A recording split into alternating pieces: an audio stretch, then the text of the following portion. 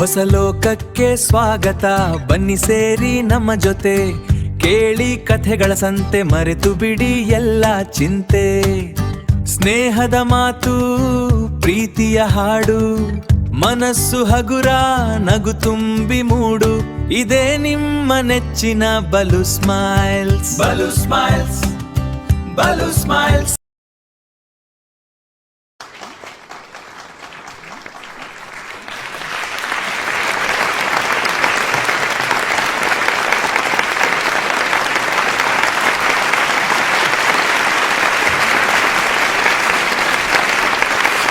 ನಮಸ್ಕಾರ ಸರ್. ಬಹಳ ಅದ್ಭುತವಾದಂಥ ವಿಷಯಗಳನ್ನ ಸೋಪಾನ ಪದಗಳ ಬಗ್ಗೆ ಮತ್ತು ಮಹದೇಶ್ವರ ಬಗ್ಗೆ ತಿಳಿಸಿದ್ರಿ.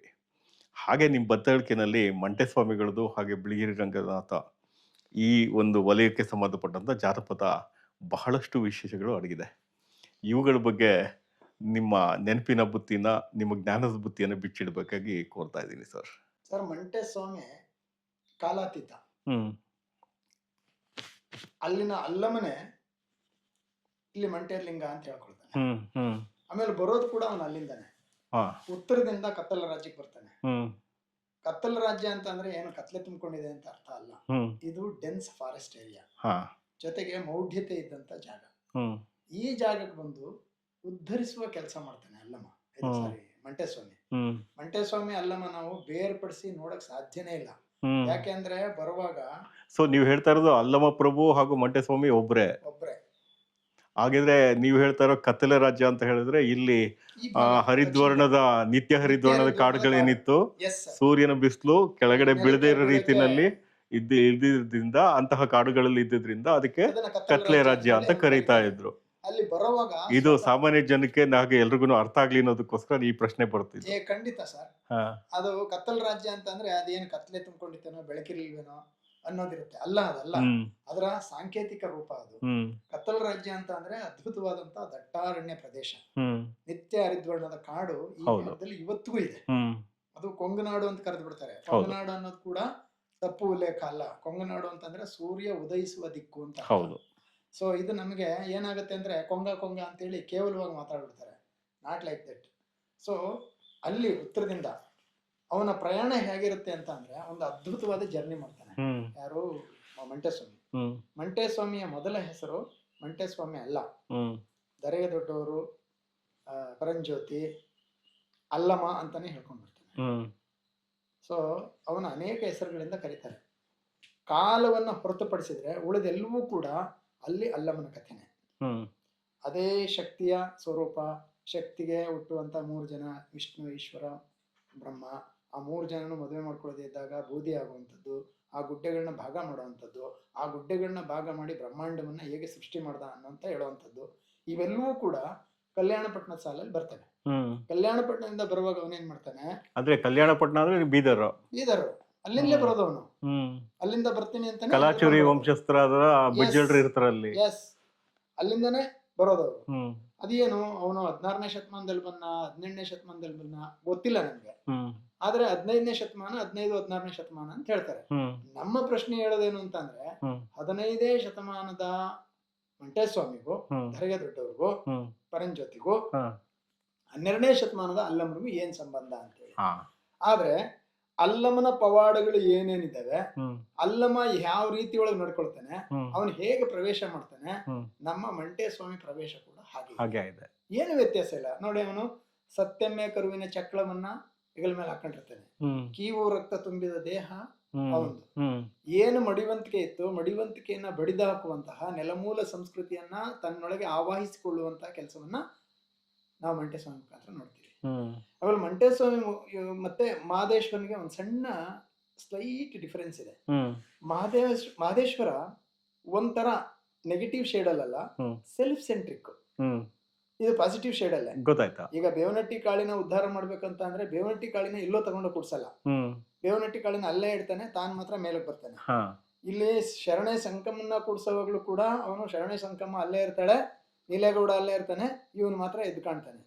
ಶ್ರವಣನ್ನ ಕೊಲ್ಲುವಾಗ್ಲೂ ಕೂಡ ಅವನು ಶ್ರವಣನ್ ಕೊಲ್ತಾನೆ, ಇವನ್ ಮೇಲಕ್ಕೆ ಬರ್ತಾನೆ.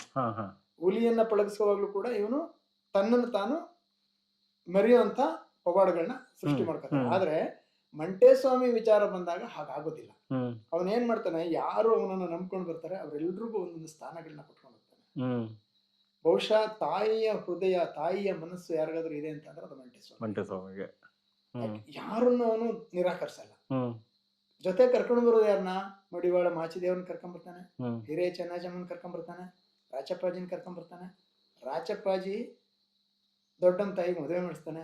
ದೊಡ್ಡಮ್ಮ ತಾಯಿ ಮಲಮಗಳಾಗಿದ್ರಿಂದ ಅವಳು ಕೊಡ್ತಾ ಇದ್ದ ಹಿಂಸೆಯನ್ನ ಸರಿ ಮಾಡೋಕೆ ಇಲ್ಲಿ ಅಲ್ಲಮ್ಮನ ಪ್ರವೇಶ ಆಗುತ್ತೆ. ಇದು ಹ್ಮ್. ಮಂಟೇಸ್ವಾಮಿ ಪ್ರವೇಶ ಆಗುತ್ತೆ. ನಂಗೆ ಮಂಟೇಸ್ವಾಮಿ ಅಲ್ಲಮ್ಮ ಎರಡಕ್ಕೂ ವ್ಯತ್ಯಾಸ ಏನೂ ಗೊತ್ತಾಗ್ತಾ ಇಲ್ಲ. ಹಾ ಅಷ್ಟರ ಮಟ್ಟಿಗೆ ನನಗೆ ಅಲ್ಲಮ್ಮನೂ ಓದ್ಕೊಂಡಿದ್ದೇನೆ. ಯಾಕೆಂದ್ರೆ ಪ್ರಭುದೇವರ ರಗಳೆ ಇರ್ಬೋದು, ಆ ಅಲ್ಲಮ್ಮ ಪ್ರಭುಗಳು, ಆಮೇಲೆ ವಚನಕಾರರ ಅಲ್ಲಮ್ಮ, ಎಲ್ಲೆಲ್ಲಿ ಅವನು ಪ್ರತ್ಯಕ್ಷ ಆಗ್ತಾನೆ ಅಲ್ಲೆಲ್ಲೂ ಕೂಡ ನಮ್ಮ ಕಣ್ಣೆದುರಿಗೆ ಈ ದರ್ಗ ದೊಡ್ಡವರೇ ಕಾಣ್ತಾರೆ. ಹ್ಮ್ ಆಮೇಲೆ ಎಲ್ಲಿ ಕೂಡ ಒಂದು ನೆಲೆಯನ್ನ ಹುಡುಕೊಳ್ಳೋದೇ ಇಲ್ಲ, ಹ್ಮ್ ಎಲ್ಲಿಯೂ ನಿಲ್ಲದಿರೋ. ಎಲ್ಲಿಯೂ ನಿಲ್ಲದಿರು. ಜಂಗಮ ಯಾರಾದ್ರೂ ಇದ್ರೆ, ಯಾಕೆ ಅಂತಂದ್ರೆ ಮಲೆ ಮಹದೇಶ್ವರ 7 ಬೆಟ್ಟದ ಮಧ್ಯೆ 77 ಬೆಟ್ಟದ ಮಧ್ಯೆ ಸೇರ್ಕೊತಾನೆ, ಜಾಗ ಮಾಡ್ಕೊತಾನೆ. ಹೌದು. ಅಲ್ಲಮ್ಮನಿಗೆ ಜಾಗ ಯಾವುದು? ಅವನ ಆಯ್ಕೆ ಮಾಡ್ಕೊಳ್ಳೋದು ಕುರಿ ಕುಪ್ಲು, ಹ್ಮ್ ಉಬ್ಬೆ ಒಲೆ. ಹ್ಮ್ ಅಲ್ಲಿ ಜನಪದರು ಹೆಂಗ್ ಕಟ್ಕೊಡ್ತಾರೆ ಅಂತ ಅಂದ್ರೆ, ಮಂಟೇಸ್ವಾಮಿನ ಕಟ್ಕೊಡೋ ರೀತಿ ಇದೆಯಲ್ಲ, ಬಸವಣ್ಣನ ತರ್ತಾರೆ, ಬಸವಣ್ಣ ಹೆಂಡತಿ ನೀಲಾಂಬಿಕೆ ತರ್ತಾರೆ. ಹೌದು. ಆಯ್ತಾ? ಆ ಬಸವಣ್ಣ ನೀಲಾಂಬಿಕೆಗೆ ನನ್ನ ಗುರುದೇವ ಬರ್ತಾನೆ, ದರ್ಗ ದೊಡ್ಡವರು ಬರ್ತಾರೆ ಅಂತೇಳಿ ಕಾಯ್ಕೊಂಡು ಕೂತಿರ್ತಾನೆ. ಕಾಯ್ಕೊಂಡು ಕೂತು ಇವನು ಬರ್ಲಿಲ್ಲ ಅಂತೇಳಿ ಪೂಜೆಗೆ ವೇಳೆ ಆಗುತ್ತೆ ಅಂತೇಳಿ ಪೂಜೆಗೆ ಹೋಗ್ತಾನೆ. ಅಲ್ಲೊಂದು ಚರ್ಮದ ಗಂಟೆ ಕಟ್ಟಿರ್ತಾರೆ, ನಾಲ್ಗೆ ಇಲ್ಲ ಅದಕ್ಕೆ. ಇವನ್ ಪ್ರವೇಶ ಆಗತ್ತೆ. ಆಮೇಲೆ ಇವನಿಗೆ ಯಾರು ನೀಲಾಂಬಿಕೆಗೆ ಬಸವಣ್ಣ ಒಂದು ಆದೇಶ ಕೊಡ್ತಾನೆ. ಏನಂದ್ರೆ, 1 ಬದನೆಕಾಯಿ, 1 ಮೆಣಸೆಕಾಯಿ, ಅರ್ಪಾವ್ ಅಕ್ಕಿ, ಇಡೀ ಉಪ್ಪು, ಇಡೀ ಬೇಳೆ, ಇಷ್ಟನ್ನು ತಗೊಂಡು 1,96,000 ಜನಕ್ಕೆ ಅಡುಗೆ ಮಾಡ್ಬೇಕು ಅಂತ ಹೇಳ್ತಾನೆ. ಅಷ್ಟು ಶರಣರು ಊಟ ಮಾಡ್ತಾ ಕೂತಿರ್ತಾರೆ. ಊಟ ಮಾಡ್ತಾ ಕೂತಿರುವಾಗ ಇವನ್ ಪ್ರವೇಶ ಆಗುತ್ತೆ. ಅಲ್ಲಮ್ಮನ ಪ್ರವೇಶವು ಇದೇ ರೀತಿಲಿ ಆಗುತ್ತೆ. ಅಲ್ಲಮ್ಮ ಮತ್ತೆ ಮಂಟೇಸ್ವಾಮಿ ಇವರಿಬ್ರು ಏನು ವ್ಯತ್ಯಾಸ ಇಲ್ಲ. ಅದಾದ ನಂತರ ಏನ್ ಆದ್ರೆ ಶತಮಾನಗಳು ಕಳೆದ್ರು ಒಂದೇ ರೀತಿಯ ಕಥೆಗಳು ಹೇಗ್ ಬರೋಕ್ ಸಾಧ್ಯ? ಹೇಗೆ ಸಾಧ್ಯ? ಈ ಪ್ರಶ್ನೆ ನನ್ನನ್ನು ಕಾಡ್ತಾ ಇದೆ ಅಲ್ವಾ? ತುಂಬಾ ದೊಡ್ಡ. ಅಂದ್ರೆ ಈ ಒಂದು ಅಂತರ ತಗೊಂಡ್ರೆ ಏನು ಇಲ್ಲ. ಅದಾದ್ಮೇಲೆ ಏನಾಗುತ್ತೆ ಅಂದ್ರೆ ಸಮ್ ಚೇಂಜಸ್ ಕಾಣುತ್ತೆ.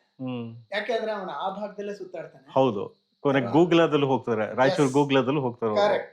ಆದ್ರೆ ಇಲ್ಲಿ ಇವನೇನ್ ಮಾಡ್ತಾನೆ, 12 ಆಳುದ್ದ ಪಾತಾಳ ಬಾವಿನ ತೋಡ್ಕೊಂಡು ಅಲ್ಲಿ ಸೇರ್ಕೊಂಡ್ಬಿಡ್ತಾನೆ. ಇದು ಹೆಚ್ಚು ಕಡಿಮೆ ಒಂದೇ ರೀತಿ ಐಕ್ಯ ಆಗೋದು ಅಲ್ವಾ? ಐಕ್ಯ ಒಂದೇ ರೀತಿ ಆಗುತ್ತೆ, ಆದ್ರೆ ಜಾಗ ಬೇರೆ. ಅದು ರಾಯಚೂರು.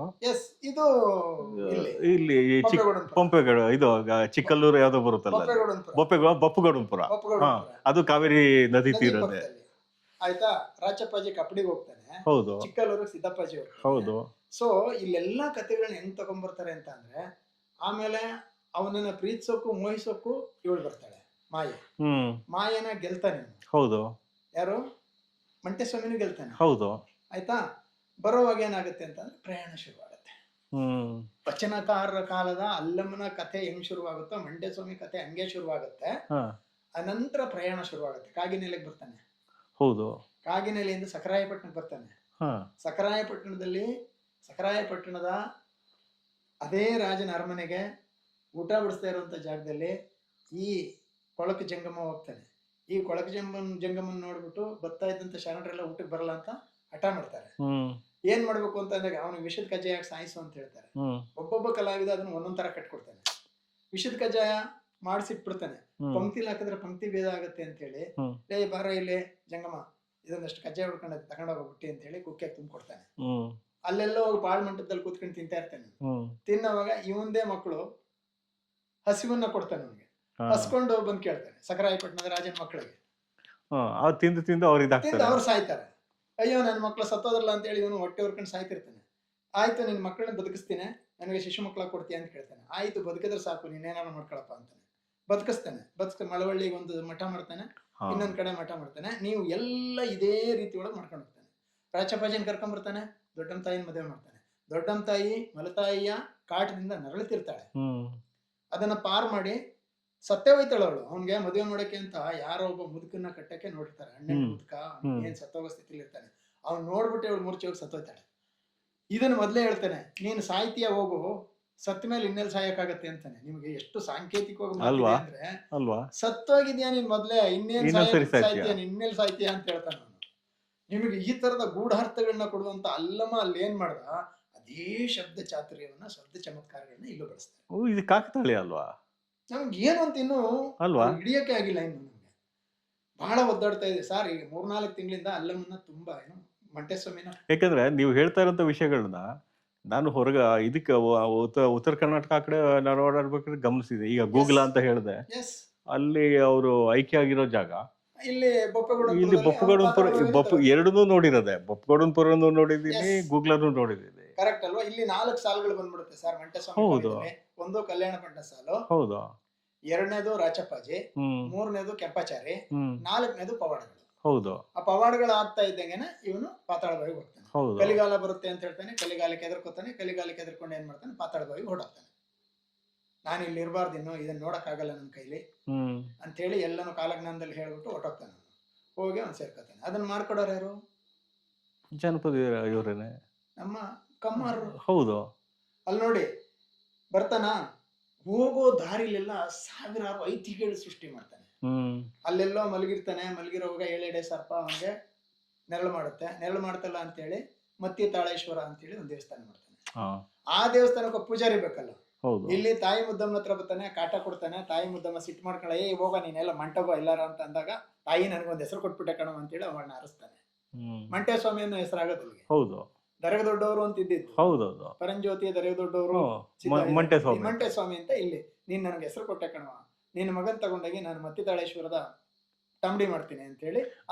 ಮತ್ತಿತಾಳೇಶ್ವರ ಅಂತ ಹೇಳಿದ್ರೆ ನಮ್ಮ ಕಲ್ವೀರ್ನಳ್ಳಿ. ಎಸ್, ಒಳ್ವಳ್ಳಿ ತಾಲೂಕು ಕಲ್ವೀರ್ನಳ್ಳಿ. ಏನ್ ಮಾಡ್ತಾನೆ ಅವನು, ಇದರಿಂದ ಸಕರಾಯಪಟ್ಟಣದಿಂದ ಚನ್ನಪಟ್ಟಣ ಬರ್ತಾನೆ. ಚನ್ನಪಟ್ಟಣದಿಂದ ಮೈನಾಕ್ನಳ್ಳಿಗೆ ಹೋಗ್ತಾನೆ. ಮೈನಾಕ್ನಳ್ಳಿಯಲ್ಲಿ ತಿಮ್ಮರಸು ಅಂತ ಇರ್ತಾನೆ.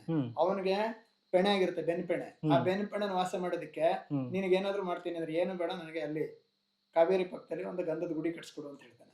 ಗಂಧದ ಗುಡಿ ಕಟ್ಸ್ತಾನೆ. ತಿಮ್ಮರಾಯನ ವಂಶದವರೇ, ರಾಜವಂಶದವರು, ಅರಸಮನೆ ಕೊಂದರವರು.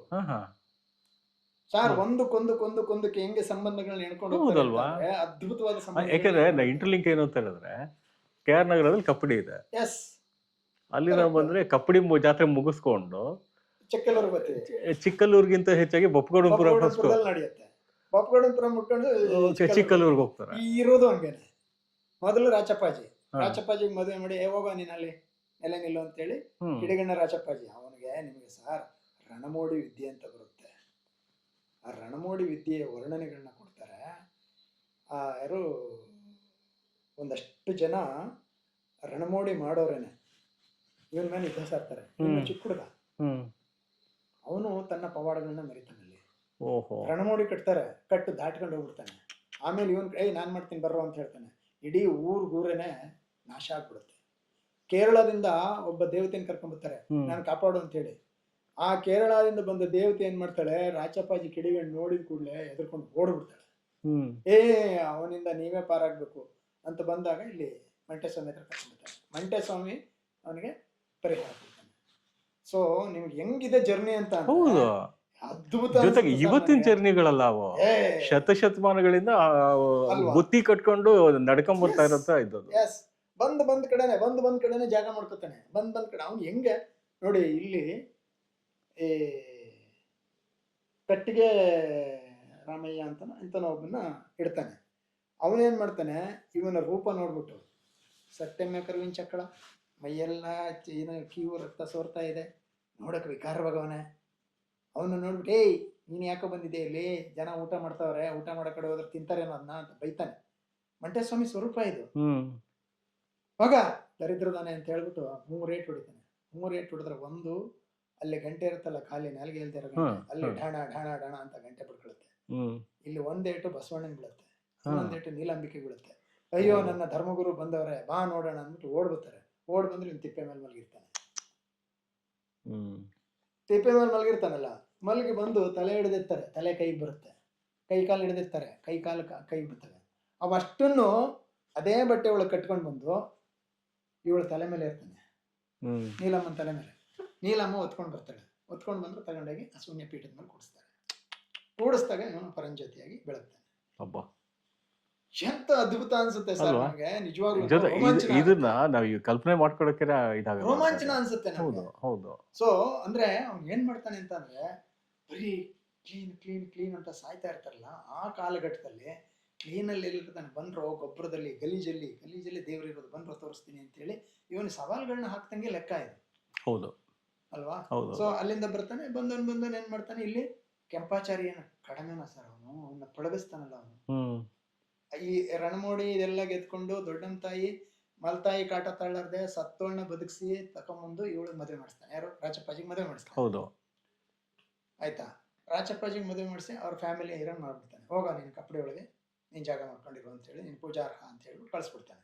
ಇಲ್ಲಿ ಕೆಂಪಾಚಾರಿ, ಅದು ಉರಿ ಗದ್ದಿಗೆ ಅಂತಾನೆ ಕರೀತಾರೆ ಅದು. ಮುರುಗದಿಗೆ ಕೆಂಪಾಚಾರಿನ ಕರ್ಕೊಂಬಂದ್ಬಿಟ್ಟು ಯಾರು ಕಾಳಿಂಗ ಸರ್ಪನ್ ಕರಿತಾನೆ, ಇನ್ನೊಬ್ಬನ್ ಕರಿತಾನೆ ಮಾಯಾವಿ. ಅವರಿಬ್ರು ತಗೊಂಡೋಗ್ಬಿಟ್ಟು ಕಾಳಿಂಗ ಗುಹೆ ಒಳಗೆ 12 ವರ್ಷ ಕೂಡ ಬಿಡ್ತಾರೆ. ಅವನೆಂತವನು ಕೆಂಪಾಚಾರಿ ವಜ್ರದ ವ್ಯಾಪಾರಿ, ಶನಿವಾರ ಅವನು ಏನು ಅವನು ಇದ್ರೊಳಗೆ ನಡೀತಾ ಇರೋದು ಕೆಲಸ, ಫ್ಯಾಕ್ಟ್ರಿ. ಆ ಫ್ಯಾಕ್ಟ್ರಿ ಕೆಲಸನ ನೋಡ್ತಾ ಇದ್ದಂಗೆನೆ ಸುಮ್ಮನೆ ಕಣ್ಣ ದೃಷ್ಟಿಯಿಂದನೇ ಅವನು ಹುಚ್ಚು ಬೆಪ್ಪು ಬರಂಗ ಆಗ್ಬಿಡ್ತಾನೆ, ಮಸ್ಮೆರಾಜ್ ಆಗ್ತಾನೆ. ಗೊತ್ತಾಯ್ತಾ? ಹಂಗಾಗ್ಬಿಟ್ಟು ಏನ್ ಮಾಡ್ತಾನೆ ಅಂತ ಇವನಿಂದ ಬೀಳ್ತಾನೆ. ಇನ್ನು ನೀನು ಕಲಿಯೋದು ಬಹಳ ಇದೆ, ಹೋಗೋ ನೀನು ಕಾಳಿಂಗನ ಗುಹೆ ಒಳಗೆ ಕೂಡಾಕ್ಬಿಡ್ತೀನಿ ಅಂತೇಳಿ 12 ವರ್ಷ ಅಲ್ಲಿ ಗಜರಾಜನಿಗೆ ಹೇಳ್ತಾನೆ. ಗಜರಾಜ ನೀನೇನು ಮಾಡಬೇಡಪ್ಪ, ತಗೊಂಡು ಆ ಗುಹೆ ಮುಂದೆ ಒಂದು ದೊಡ್ಡ ಬಂಡೆನ ಎಳೆದು ಬಿಡು ಅಂತ ಅಂತಾನೆ. 12 ವರ್ಷ ದೊಡ್ಡಮ್ಮ ತಾಯಿ ಕರಿತಾಳೆ, ಕೆಂಪಾಚಾರಿ ಮಗನೇ ಎಲ್ಲಿದ್ಯೋ ಬಾರಪ್ಪ ಅಂತ. ಅಂದ್ರೆ ಹೆಂಗ್ ಬರ್ಲಿ ತಾಯಿ, ನಾನು ನೆತ್ತಿ ಮೇಲೆ ಮತ್ತಿ ಮರ ಉಟ್ಕೊಂಡೈತೆ, ಒಕ್ಕಳ ಮೇಲೆ ಬೆಳ್ಳಿ ಮರ ಉಟ್ಕೊಂಡೈತೆ, ಎಡಕಂಕ್ಳಲ್ಲಿ ಹೆಜ್ಜೆನ ಗೂಡು ಕಟ್ಟೈತೆ, ಬಲಕಂಕ್ಳಲ್ಲಿ ಕಿರ್ಜೇನ್ ಗೂಡು ಕಟ್ಟೈತೆ, ಕಣ್ಣಾಗೆ ಕಡ್ಜಾ ಗೂಡು ಕಟ್ಟೈತೆ, ಈ ಗಡ್ಡದಲ್ಲಿ ಸಾರ್ಗ ಮರಿ ಮಾಡ್ಕೊಂಡೈತೆ, ಮಂಡಿ ಮೇಲೆ ಇನ್ನೇನೋ ಬೆಳ್ಕೊಂಡೈತೆ, ಅಂಗಾಲು ಹುಣ್ಣಾಗೈತೆ, ಇಮ್ಮಡಿ ಭೂಮಿಗೆ ಸೇರ್ಕೊಂಡೈತೆ. ನೀವು ಆ ವರ್ಣನೆಗಳನ್ನ ಕೊಡ್ತಾರಲ್ಲ ನೀವು ಅಲ್ವಾ, ಎಂತ ಅದ್ಭುತ ಅನಿಸ್ಬಿಡ್ತು ಸರ್ ನನ್ಗೆ. ಅಲ್ಲ ಇದು ಹೇಳ್ತಾ ಇದ್ರೆ ಒಂದ್ ಮರದ ರೀತಿನಲ್ಲೇ ಆಗ್ಬಿಟ್ಟಿರ್ತೀವಿ. ಆಯ್ತಾ, ಅಷ್ಟನ್ನು ಧಿಕ್ಕರಿಸಿ ಎದ್ಬಾರು ಅಂತ ಹೇಳ್ತಾಳೆ. ಎದ್ದು ಬರ್ತಾನೆ. ಬಂದಾಗ ನೋಡಿದ್ರೆ ಒಬ್ಬ ಸಂತ ಆಗ್ಬಿಟ್ಟಿರ್ತಾನೆ. ಬಂದ್ಮೇಲೆ ಇವನು ಸುಮ್ಮನೆ ಬಿಡ್ತಾನ, ವೆಂಕಟಸ್ವಾಮಿ ನೋಡಪ್ಪ ಈಗ ಕಲಿಗಾಲ ಬರ್ತದೆ, ನಾನು ಕಾಲಕ್ಕೆ ನಾನು ಹೇಳ್ಬಿಡ್ತೀನಿ, ನೀವು ಹೋಗು ಬೇಗ ನನಗೆ ಪಂಚವಾಡರಿಂದ ಇತ್ತಕಮ್ಮ ಅಂತ. ಅಲ್ಲಿ 7 ಜನ ಅಣ್ಣ ತಮ್ಮದಿರು, ರೊಕ್ಕೋಜಿ, ನಲ್ಲೋಜಿ, ರಾಮೋಜಿ ಅಂತಿಂತರ ಇರ್ತಾರೆ. ಅವರೆಲ್ಲರ ಹತ್ರ ಹೋಗಿ ಇವನು ಪವಾಡಗಳನ್ನ ಮಾಡಿ 9 ಪವಾಡಗಳನ್ನ ಮಾಡ್ತಾರೆ, 7, 9 ಅಂತ ಹೇಳ್ತಾರೆ. ಸೊ ಪವಾಡಗಳನ್ನೆಲ್ಲ ಗೆದ್ದು ಏನ್ ಸರ್ ಅವನು ಅಲ್ಲಿ ಕೊಡೋ ಚಿತ್ರಗಳು ನೋಡ್ಬೇಕು. ಒಂದು ಕಬ್ಬಿಣದ ಕುದುರೆ, ಆ ಕಬ್ಬಿಣದ ಕುದುರೆ ಮೇಲೆಲ್ಲ ಮುಳ್ಳುಗಳು, ಕಬ್ಬಿಣದಲ್ಲಿ ತಯಾರು ಮಾಡಿರುವಂತ ಕುದುರೆ. ಆ ಕುದುರೆಯ ಮೈಯೆಲ್ಲ ಮುಳ್ಳು. ಆಯ್ತಾ, ಆ ಇದು ಕಣ್ಣು ನೋಡಿದ್ರೆ ಇದನ್ನ ಏನು ಆಗಷ್ಟೇ ಬೆಂದಿರುವಂತಹ ಬಿಸಿಯಾಗಿರುವಂತಹ ರಾಡ್ಗಳನ್ನ ಹಾಕಿರ್ತಾರೆ. ಹೇಳ್ತಾರೆ, ನೀನು ಕಬ್ಬಣ ಬೇಕೇನೋ, ಕಬ್ಬಣ ಬೇಕು ಅಂತಂದ್ರೆ ಈ ಕುದುರೆನ ಪಳಗಿಸ್ಕೊಂಬಾರೋ ಅಂತ ಹೇಳ್ತಾನೆ. ಕಬ್ಬಣದ ಕುದುರೆ ಕೂತ್ಕೊಂಡ್ರೆ ಮುಳ್ಳು. ಆದ್ರೆ ಸಿದ್ದಪ್ಪಾಜಿ ಅದನ್ನ ಗೆಲ್ತಾನೆ. ಎಣ್ಣೆ ಕೊಪ್ಪರಿಗೆ ಹಾಕ್ತಾರೆ. ಸಾರ್ ಎಣ್ಣೆ ಕೊಪ್ಪರಿಗೆ ಎಲ್ಲ ಹಾಳು ಬಿದ್ದೋಗ್ಲಿ, ಇನ್ನು ಕುದಿಯೋ ಎಣ್ಣೆ ಇದು ಇಂಥದ್ದು ಕಬ್ಬಿಣದ ರಸ. ನಿಮಗೆ ಈ ಕಬ್ಬಿಣ ಯಾಕೆ ತಂದ ಅನ್ನುವಂಥದ್ದು ನಮ್ಮ ಗಣಿ ದಣಿಗಳಿಗೆ ಏನಾದ್ರೂ ಈ ಭಾಗ ಗೊತ್ತಾಗಿದ್ರೆ ಏನೇನಾಗ್ತಿತ್ತು ಅನ್ನುವಂತ ಭಯ ನಂಗೆ ಶುರುವಾಗುತ್ತೆ. ಈ ಭಾಗ ಅಲ್ಲ, ಅವತ್ತಿನ ಕಾಲಘಟ್ಟದಲ್ಲಿ ಕಬ್ಬಿಣ ಇತ್ತು ಅನ್ನೋದೇ ಅಲ್ಲ, ಇಲ್ಲಿಂದ ಆಯುಧಗಳನ್ನ ಸಪ್ಲೈ ಮಾಡ್ತಾ ಇದ್ರು ಎಲ್ಲಾ ರಾಜರುಗಳಿಗೆ. ಆ ಕಾಲದ ರಾಜರುಗಳಿಗೆ ವಿಜಯನಗರಕ್ಕೆ ಇಲ್ಲಿಂದಾನೆ ಸಪ್ಲೈ ಮಾಡ್ತಾ ಇದ್ದಾರೆ. ಆಯುಧಾಗಾರ ಸರ್, ಇದು ಸಾಮಾನ್ಯ ಅಲ್ಲ. ಇದು ಈಗ ನಮ್ಮಲ್ಲಿ ಬೆಟ್ಟಕ್ಕೆ ಹೋದ್ರೆ ಒಂದು ಕುಲುಮೆ ಒಡ್ಡು ಅಂತ ಬರುತ್ತೆ, ರಾಮನಗರ ಅಲ್ಲ, ಇಲ್ಲಿಂದ ಒಂದು 6-7 ಕಿಲೋಮೀಟರ್ ಕುಲ್ಮೆ ದೇವರ ಬೆಟ್ಟ, ಕುಲ್ಮೆ ಬೆಟ್ಟ, ಕುಲ್ಮೆ ಬೆಟ್ಟ, ಕುಲ್ಮೆ. ರಾಮನಗರಕ್ಕೆ ಏನ್ ಹೆಸರಿತ್ತು ಮೊದಲಿಗೆ? ಕಾರ್ಖಾನೆ ಪಾಳ್ಯ ಇದೆ ಸರ್. ಕಾರ್ಖಾನೆ ಪಾಳ್ಯ, ಕೆಂಪೇಗೌಡರ ಕಾಲದಲ್ಲಿ ಕಾರ್ಖಾನೆ ಪಾಳ್ಯ ಅಂತದ್ದು. ಕುಲ್ಮೆ ಒಡ್ಡು ಅಂತ ನಮ್ಮ ಕೂನ್ಗಲ್ ಬೆಟ್ಟದಲ್ಲಿ ಇದೆ, ಚಿನವಾರಪೇಟೆ ಇದೆ. ನಾನು ಬೆಟ್ಟ ಗುಡ್ಡಗಳ ಬಗ್ಗೆ ವಿಶೇಷವಾದ ಅಧ್ಯಯನ ಮಾಡಿದ್ದೀನಿ ಸರ್. ನಮ್ಮ ರಾಮನಗರ ತಾಲೂಕಿಗೆ 340 ಬೆಟ್ಟ ಗುಡ್ಡಗಳನ್ನ ಹತ್ತಿಳಿದಿದ್ದೀನಿ ಸರ್. 600 ಐತಿಹ್ಯಗಳಿದಾವೆ ಬೆಟ್ಟ ಗುಡ್ಡಗಳ ಸುತ್ತ. ನಮ್ಮೂರೊಂದು ಬೆಟ್ಟ ತಗೊಂಡ್ರೆ ನೋಡಿ, ಈರಣ್ಣ ಗುಹೆ ಶುರುವಾಗತ್ತೆ, ಅಂಗಡಿ ಮಾಳ, ಕಟ್ಟಿಂಗನಂಗಡಿ ಕಲ್ಲು, ಕುಲುಮೆ ಒಡ್ಡು, ಚಿನವಾರಪೇಟೆ, ಪಾರಿವಾಳದ ಗುಹೆ, ಬಾವಿಕಲ್ ಬೆಟ್ಟ, ಸಿಡ್ಲಿಕಲ್ ಬೆಟ್ಟ, ಬಾಬಾಯಿನ ಬೆಟ್ಟ. ಇಲ್ಲಿ ಕೋಮು ಸೌಹಾರ್ದಕ್ಕೆ ದಾರಿ ಇದೆ. ಅವ್ರು ಬಂದು ಗಂಧ ಮಾಡ್ತಾರೆ, ನಮ್ಮವ್ರು ಬಂದು ಆಂಜನೇಯನ ಪರ ಮಾಡ್ತಾರೆ. ಇಲ್ಲಿ ಇನ್ನು ಮೇಲಕ್ಕೆ ಹೋದ್ರೆ ಅಕ್ಕ ತಂಗಿರ ದೋಣೆ, ಇನ್ನು ಕೆಳಕ್ ನೋಡಿದ್ರೆ ಒಣಕೆ ಬಿದ್ದ ಮೂಲೆ, ಇನ್ ಸ್ವಲ್ಪ ಮುಂದಕ್ಕೆ ಹೋದ್ರೆ ಬಾವಲಿ ಗುಹೆ, ಕರಡಿ ಕಲ್ಲು, ಕೊಂಬಿನ ಕಲ್ಲು, ಒಂದೇ ಬೆಟ್ಟದಲ್ಲಿ ಇಷ್ಟಿದಾವೆ. ಒಂದೇ ಬೆಟ್ಟದ ಶಬ್ದಗಳಿವೆಲ್ಲ. ಅಷ್ಟು ಜಾಗಗಳನ್ನ ನಾನು ಒಂದೇ ಬೆಟ್ಟದಲ್ಲಿ ಅಂದ್ರೆ ನೀವು ಹೇಳ್ತಾರೆ ಯಾವ್ದು ರಾಮನ್ ಬೆಟ್ಟನ? ಇಲ್ಲ ಸರ್, ಇಲ್ಲ ಕೂನಗಲ್ ಬೆಟ್ಟ. ಇಲ್ಲಿ ಕೂನಗಲ್ ಬೆಟ್ಟ ನನ್ನ ಊರು ಹುಟ್ಟಿದವರು 25 ಇಲ್ಲಿ ಸಿಗುವಂತ ಬೆಟ್ಟನೆ. 25 ವರ್ಷ ನನ್ನ ವಿಶ್ವವಿದ್ಯಾಲಯ ಅದು. ಓಹೋ, ಒಂದು 25 ಇಯರ್ಸ್ ಸಾರ್. ನಾನು 4ನೇ ವಯಸ್ಸಿಂದಾನೇ ಬೆಟ್ಟಕ್ಕೆ ಶುರು ಮಾಡಿದ್ದೀನಿ. ಅರ್ಕಾವತಿ ನದಿ ಮತ್ತೆ ಕೂನಗಲ್ ಬೆಟ್ಟ ಎರಡು ನನ್ನ ವಿಶ್ವವಿದ್ಯಾಲಯ. ಅರ್ಕಾವತಿ ನದಿಯ ಹೆಜ್ಜೆ ಹೆಜ್ಜೆ ಗುರುತುಗಳು, ಆ ಮೀನುಗಳು ಕಾಣ್ತಾ ಇದ್ದದ್ದು, ಆ ನೀರೊಳಗಿದ್ದಂತ ಮರಳು, ಅಪ್ಪಿ ತಪ್ಪಿ ನಾವು ಕಾಸು ಬಿಸಾಕ್ಬಿಟ್ಟು ಎತ್ಕೊಳ್ಳುವಿ ನೀರೊಳಗೆ. ಇದೆಲ್ಲ ನಾವು ಮಾಡಿದ್ದೀವಿ. ಆದ್ರೆ ಇವತ್ತೇನಾಗಿದೆ, ಸೊ ಇವೆಲ್ಲ ಒಂಥರ ಅರ್ಕಾವತಿ ನದಿ 100 ವರ್ಷದಲ್ಲ ಸರ್, ನನ್ನ ಬಾಲ್ಯದ ನೆನಪುಗಳು ಸರ್. ಕೇವಲ ಒಂದು 30-40 ವರ್ಷದಿಂದ. ಸೊ ಇದನ್ನೆಲ್ಲ ನಾವು ಕಣ್ಣಿಂದ ನೋಡಿದೀವಿ ಸರ್. ನಿಜವಾಗ್ಲೂ ಎಷ್ಟು ಸಂಕಟ ಆಗುತ್ತೆ ಅಂತ ಅಂದ್ರೆ, ಏನಾಗ್ತಾ ಇದೆ, ನಾವು ನಿಜವಾಗ್ಲೂ ಏನಾಗ್ತಾ ಇದ್ದೀವಿ ಸರ್. ಸೀಗೆ ಒಡ್ಡು ನಾನು ಇನ್ನೂ ಮುಗಿಸಿಲ್ಲ, ಅದು ಗೊತ್ತಾಯ್ತಾ? ಇನ್ನೂ ಅಷ್ಟು ಹೆಸರುಗಳಿದಾವೆ. ಸೀಗೆ ಒಡ್ಡು, ಮೂಗನ್ ಕಣಿವೆ, ಬಿದಿರ ಮೇಲೆ, ಆಯ್ತಾ. ಇನ್ ಮುಂದಕ್ಕೆ ಹೋದ್ರೆ ಹುಣಸೆ ಬಿಡ್ಡೆ. ಒಂದೆರಡಲ್ಲ ಸರ್, ಸುಮಾರು ನೀವು ಈಗಾಗಲೇ ಹೇಳಿದ್ರೆ ಒಂದು 30-40 ಬಂದೋಯ್ತು. 30 ಹೆಸರಿದಾವೆ, 30-35 ಹೆಸರಿದಾವೆ. ಅಲ್ಲಿ ನನಗೆ ಬೃಹತ್ ಶಿಲಾಯುಗದ್ದು, ಪ್ಯಾಲಿಯೋಲಿಥಿಕ್, ನಿಯೋಲಿಥಿಕ್, ಮೆಗಾಲಿಥಿಕ್ 3 ಕಾಲಘಟ್ಟದ ಕೊಡ್ಲಿಗಳು ನನ್ನ ಹತ್ರ ಇದಾವೆ. ಓಹೋ, ನನ್ನ ಹತ್ರ ಇದೆ. ಸುಮಾರು 40 ಆಂಟಿಕ್ ಪೀಸ್ಗಳು ಅದೇ ಬೆಟ್ಟದಲ್ಲಿ ಸಿಕ್ಕಿರುವಂತ ಇದಾವೆ. ಇದೆ ಸರ್. ನಮ್ಗೆ ಏನಾಗಿದೆ ಅಂತ ಅಂದ್ರೆ, ಅಧ್ಯಯನಕಾರರು ಸರಿಯಾದ ರೀತಿ ಒಳಗೆ ನೋಡ್ತಾ ಇಲ್ಲ ಇದೇನು ಅಂತ. ಅದೇ ಸಂಶೋಧನೆ ಅನ್ನೋಕೆ ಇವತ್ತು ಏನಾಗಿದೆ, 4 ಗೋಡೆಗಳು ಒಳಗಡೆ ಸಂಶೋಧನೆ ಆಗ್ತಾ ಇದೆ. ಇಲ್ಲ ಸರ್, ಫೀಲ್ಡ್ ವರ್ಕ್ ಇಲ್ವೇ ಇಲ್ಲ ಅಂತ ಹೇಳಿ. ನಾವು ಯಾವಾಗ ನಾನು ಕಾಲ್ ಬಿಟ್ಟು ನಿಮಗೆ ಆ ಎಂತದ್ದು ಜಲಸಿದ್ದೇಶ್ವರ ಅಂತ ಬರುತ್ತೆ, ಜಲಸಿದ್ದೇಶ್ವರ ಬೆಟ್ಟ, ಅದು ತುಂಬಾ ಹೆಸರುವಾಸಿ ಏನಲ್ಲ. ಆದ್ರೆ ಅಲ್ಲಿ ಹೋದ್ರೆ ನಿಮಗೆ ಅದರ ಊರು ಬಿಳುಗುಂಬ ಅಂತ ಬರುತ್ತೆ. ಬಿಳುಗುಂಬದ ಸುತ್ತಮುತ್ತ ಬಂತಿಗುಡಿ ಬೈಲು ಅಂತ ಕರೀತಾರೆ, ಸೂಳೇರು ಬೈಲು ಅಂತ ಕರೀತಾರೆ. ಅಲ್ಲಿ ಮೈಸೂರಿನ ಮಹಾರಾಜರು ಬಂದು ಏನು ನೃತ್ಯ ಶಾಲೆಯನ್ನ ನೋಡ್ತಿದ್ರು, ನೃತ್ಯ ಮಾಡೋ ಜಾಗ ಇದೆ ಅಲ್ಲಿ. ಆಮೇಲೆ ಅದಕ್ಕೆ ಒಂದು ಅದ್ಭುತವಾದ ಕೊಳ ಇದೆ. ಆ ಕೊಳದ ಭಾಗದಲ್ಲಿ ಬಯಲಿದೆ. ಆ ಬಯಲು ಒಂದು ನೃತ್ಯ ಮಂಟಪ ಕಂಡಂಗೆ ಕಾಣುತ್ತೆ. ಇವೆಲ್ಲೂ ಇವತ್ತು ಅವಶೇಷಗಳಿದೆ. ಅಂತ 100 ಕಥೆಗಳನ್ನ ಹೇಳ್ತೀನಿ ಸರ್ ನಾನು. ನಮಗೆ ಹೊಸ ಲೋಕಕ್ಕೆ ಸ್ವಾಗತ, ಬನ್ನಿ ಸೇರಿ ನಮ್ಮ ಜೊತೆ, ಕೇಳಿ ಕಥೆಗಳ ಸಂತೆ, ಮರೆತು ಬಿಡಿ ಎಲ್ಲ ಚಿಂತೆ. ಸ್ನೇಹದ ಮಾತು, ಪ್ರೀತಿಯ ಹಾಡು, ಮನಸ್ಸು ಹಗುರ, ನಗು ತುಂಬಿ ಮೂಡು. ಇದೆ ನಿಮ್ಮ ನೆಚ್ಚಿನ ಬ್ಯಾಲು ಸ್ಮೈಲ್ಸ್.